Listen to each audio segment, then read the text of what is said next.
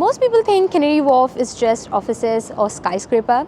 This isn't true. We really have so much greenery around just to sit, relax, do your work, or maybe just take a stroll or a breather. Hi, I'm Anam. I'm your Student Union President. I studied right here in Canary Wharf, and I think this is one of the most underrated places for students to live at. There's tons of cafes and restaurants in Canary Wharf.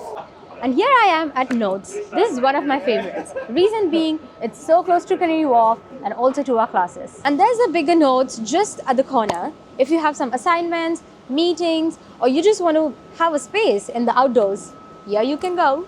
I'm right here at Rooftop Garden. It's just right about the Elizabeth line. I come here often between lectures just to take a break or study. And the best part, it's free. You'll never run out of restaurants to try at Canary Wharf. There's a market hall next to Lizzie Line Station, Kebab Place. If you're a School of Management student, you'd definitely be into Shake Shack. Wood Wharf is another one of my favorite spots to chill. It's away from all the shops and offices. The best part is, this all can be at your doorstep. Urbanest Canary Wharf is exclusively open for all the students in September. And if you're interested, you can check out the 3D tour and also our hall pages.